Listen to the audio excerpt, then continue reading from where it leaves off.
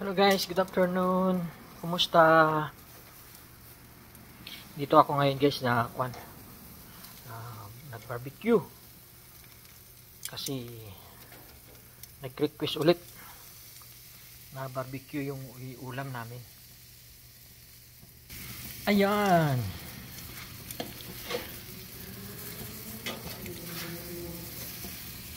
Barbecue. Kasi naghahanap yung kwan nila, yung katawang lupa ng barbecue. Oh boy, oh boy, oh boy, oh boy. Yan.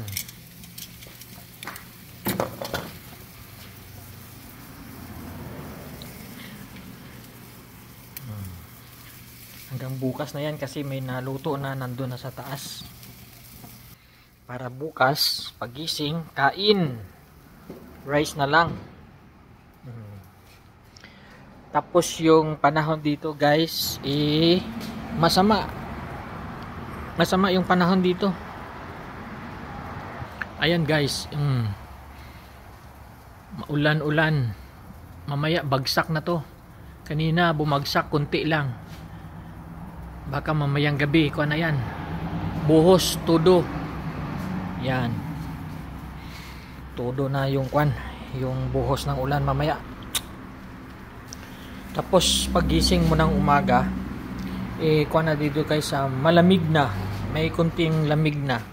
Ibig sabihin parating na yung inaantay ng iba. Tapos pag nandyan na nga gusto ulit mag summer. Ayan, ganyan talaga pag kwan, yung tao hindi mo maintindihan. Sala sa init, sala sa lamig, kumbaga.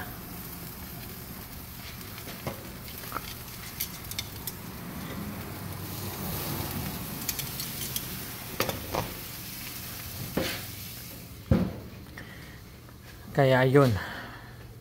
Tapos kwan kasi dito guys, yung summer parang kulang-kulang kwan lang, kulang-kulang 3 months yung summer. Tapos yung mahaba dito is yung kwan, yung winter umaabot ng 8 months, ganyan. Isipin mo yun, 8 months na malamig, 8 months yung mahabang gabi. Ayan. Mahaba na yung gabi pagkatapos kasi kwan na, winter na. Diyan sa atin yung kwan lang natin dyan, yung kalaban natin dyan sa atin kwan yung ulan at saka bagyo. Pagdating naman ng December, January, ayan na, ulan na. Hindi na masaya yung ati-atihan kasi maulan. Tapos yung init dyan, sobra-sobra naman. Kaya walang mapuntahan yung mga tao.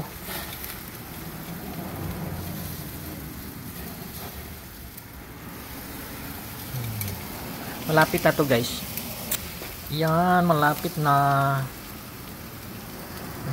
Ayan, muntik na. Muntik na uling na. Grabe. Palitan natin. Palitan.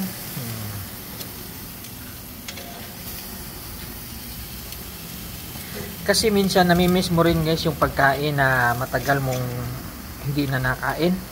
Halimbawa, pag after a week,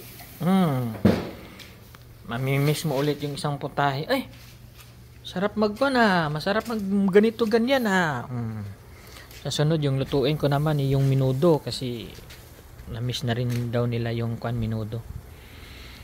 Yun. Dito ordinary na lang yung mga ganyang luto kasi wala ka namang lutuing iba. Diyan sa atin pag may minudo, apritada, kalderita, ganyan, piyesta. Dito hindi, ordinary na lang kasi alam mo naman yung mga putahe dito hindi halos makain kasi iba yung kwan dito.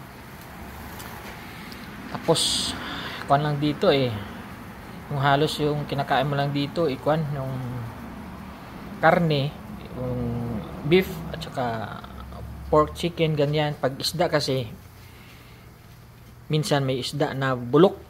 Ang ibig sabihin parang hindi, parang nasira na sa sobrang frozen, ganyan. Pag hinugasan mo na, malambot siya. Yun.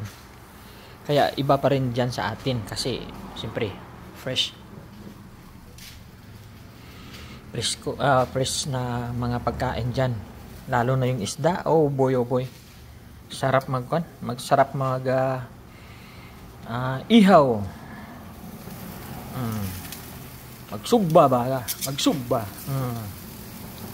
sarap.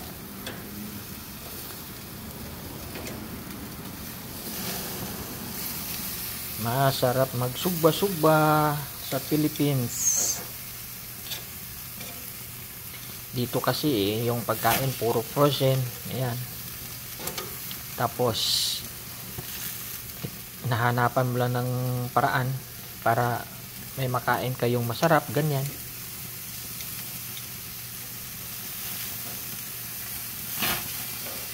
Iba talaga hinahanap talaga pa rin yung pagkain natin na yung Pinoy talaga, yung luto talaga natin na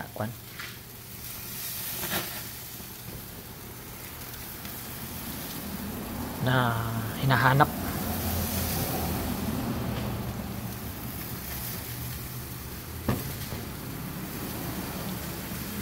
So yun, at saka sana guys, huwag kayong sawa sa panonood ng mga ina-upload namin, kasi minsan meron kasing baka nasawa na kayo kasi minsan kami lang ng aso ko yung nakikita nyo. Sana huwag kayong magsawa guys. At yun, thank you for watching, and don't forget to like, share, and subscribe our YouTube channel, at saka sa namin guys, sa Facebook page namin. Kakaingit kaya guys na siyempre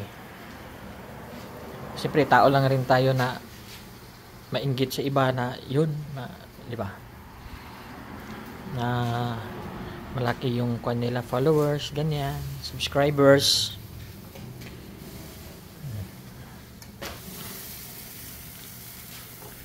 Siyempre lahat naman nagba-vlog, yan yung yan yung pangarap sa buhay, na magaya din sa iba, di ba? So yun guys, thank you for watching. God bless. Babush.